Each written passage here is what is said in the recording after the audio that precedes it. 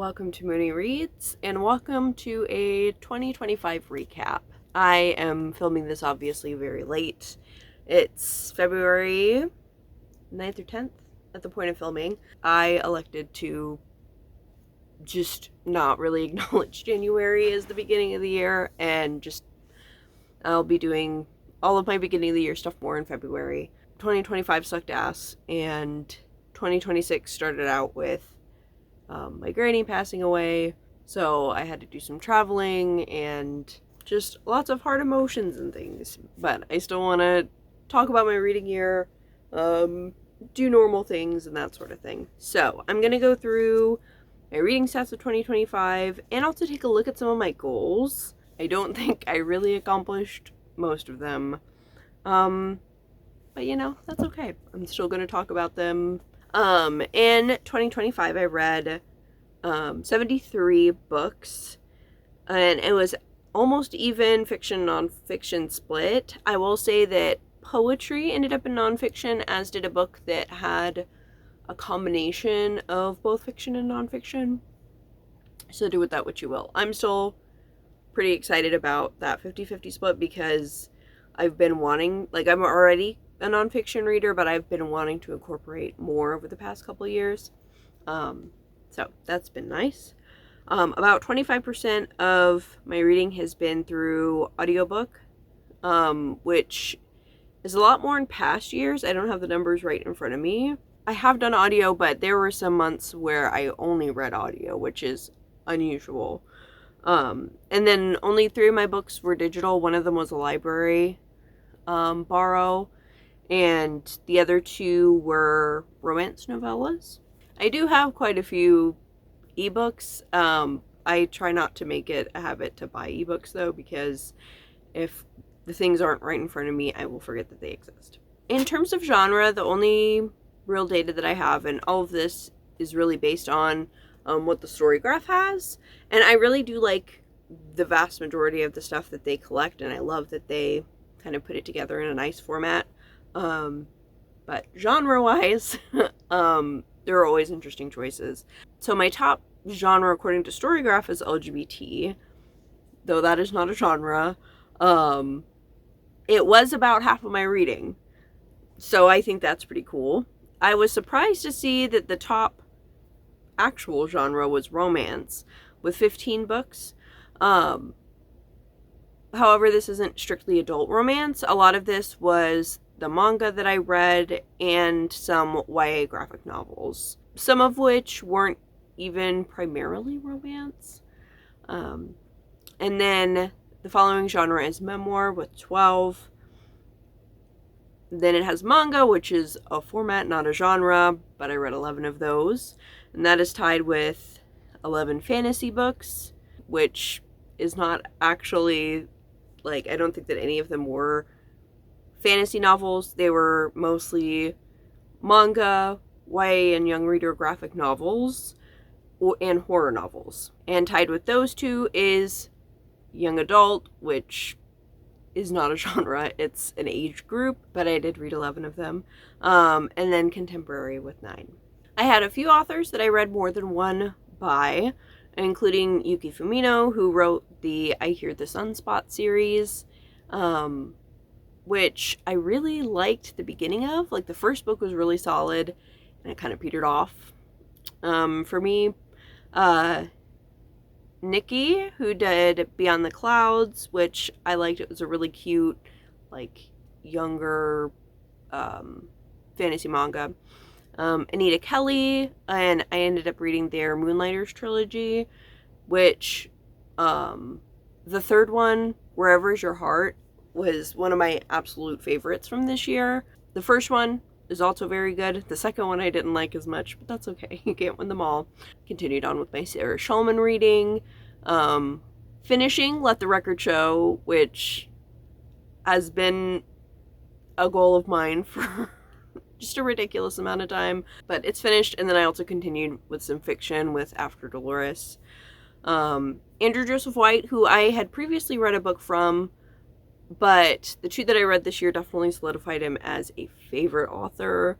And then I have Elliot Gianni, who wrote a couple of the scenes that I read this year. From there, we can move on to ratings. And my average star rating was 4.22. And the vast majority of what I read was on the high end of things. The most prevalent star ratings that I gave were 4 and 5 stars, which I had 17 of each. But looking at the full range from 1 to 5, 63 of the books that I read were 3.5 stars or higher. And with 3.5 is kind of tricky because some of those I would recommend and some of them I would not. So you can take or leave, I guess, 4 or 5 of those. But this is pretty consistent with what it's been like before, because I know my reading taste pretty well. I also have kind of a hard time finishing books sometimes, so if I have a hard time finishing a book that I do like, you can imagine it would be a lot harder to finish a book that I hate. I think those are probably the most important stats. So I'm going to move on to talking about my reading journal and my goals for 2025 and where all that ended up landing. And I'm going to go ahead and say that a lot of my goals did not get met. Or I probably didn't note down the stuff that kind of was. The exception being challenges, because Storygraph does have a function where you can kind of mark those. However, I stopped using this book part of the way through the year, and I'll do a little flip through maybe while I talk so that you can see it a little bit. I really loved setting each of these up, and I think kind of doing it as I went along was a good idea. But the thing is, you can see that I kind of stopped in March, and usually I would catch up a little bit, so like I was starting to, I guess, get a little bit slow, but towards the end of that month my brother passed away, and so I was lucky to even be reading it all. And actually the May was an exclusive audiobook month, but I felt like shit and my brain was like Swiss cheese. So that this particular tracker ended up kind of going out the window a little bit, but I was lucky to even be reading. So I do still want to take a look at my goals though, just because it will be interesting to see what I might have come close to working on, even despite some of this, or what might be good to take into the newer year. Which I do have a lot of my goals written out, but I can always add some. It's certainly not too late at this point. So the very beginning, I have my crochet project, which is not finished, but I do think I will finish because it was a good idea to do a stuffed animal. I did like a stuffed snake or worm and added corresponding stitches to what I read. In a previous year I did a blanket, which was a tall order, so this is much more manageable. And I might do a video on that once I do finish it. But goals that I wanted to finish, I wanted to read no more than 3 books at a time, plus 1 audiobook, which probably went out the window before the end of January. I wanted to read at least 1 book, finished or in progress, each month outside of my usual genres. And I don't know necessarily about numbers. I feel like I did try to step outside a little bit. I had like a fantasy manga that I read series and a little bit more horror than usual. I also read a book on art, which is kind of outside. So I'd say I kind of went around that goal a little bit, and I've been thinking about that some too, moving into the next year. Finish at least 1 book from one of my topical TBRs each month. Again, don't totally know about numbers, but I know that I have been working through some books in my cults TBR. I finished a big one in my HIV and AIDS TBR. And there might be some other stuff mixed in there, but those are the two that come to mind. And then I have books that I wanted to finish from a class that I set up actually in 2024 and then didn't finish. As well as a book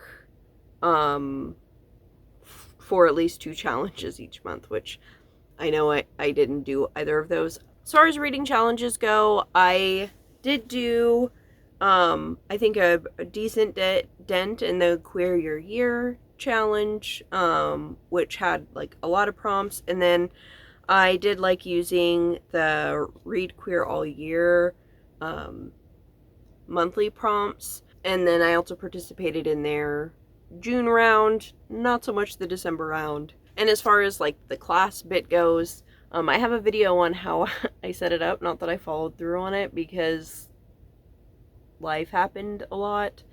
But it was structured more closely to like a regular class, which I don't think is good for me. Given like, even without all of the things that have happened in the past year, I am like a recovering academic. I experienced pretty intense burnout, so I don't think that it's really a good idea or goes with what my brain is really wanting to kind of be that strict.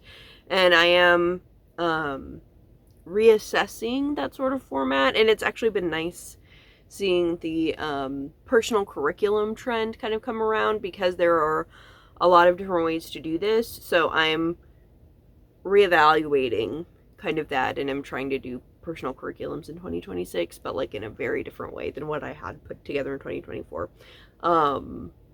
However, if following things on a more strict schedule and having kind of more to it sounds good, I do have a video on how I put it together. And I have taught previously. I've taught college classes, so I know how to put a class together. And I've taken an awful lot of them, but apparently at this point in my life and by myself, it doesn't maybe work as well as I would like for me.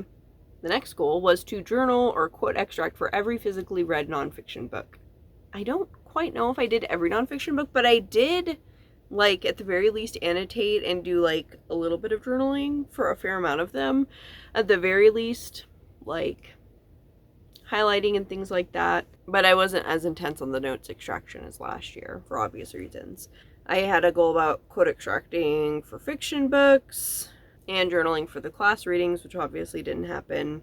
And I did not end up doing the essay writing or the writing / journaling every day. But I will say it's not reading journaling, but I did do an awful lot of like just general journaling last year. So I have this journal, and about this much is from 2025. I also attempted to do the whole morning pages thing part of the way through the year. About this is from 2025. And then I also did more creative journaling. I'm not gonna like pull them all out, but I did journaling for like outfits that I wore. I did just some RC kind of journaling. So in that regard, I actually did do quite a bit of writing, which I love and am definitely carrying into this year. I also ended up changing some stuff about this. So obviously the started as like a monthly sort of thing. But in through part of the year, I decided to start using it for a project that I'm doing where I'm trying to read certain books before I can buy certain books. And this is still very much in progress. I did read a handful of these books last year. So I'm excited to continue that. But I think that's pretty much all in terms of stats that I have for 2025. I do have a top reads list that I'm going to do soon. I've been making zines I did one for fiction, and then I'm in the middle of making one for my nonfiction favorites. So I'll be going over those in a separate video. And then I've got a third video where I'm going to go into what my plans for 2026 are. And that's pretty much what I got. Just a little bit of a wrap up and stats chat. But feel free to let me know about what your favorite book of 2025 was. And thank you all so much for watching. Bye.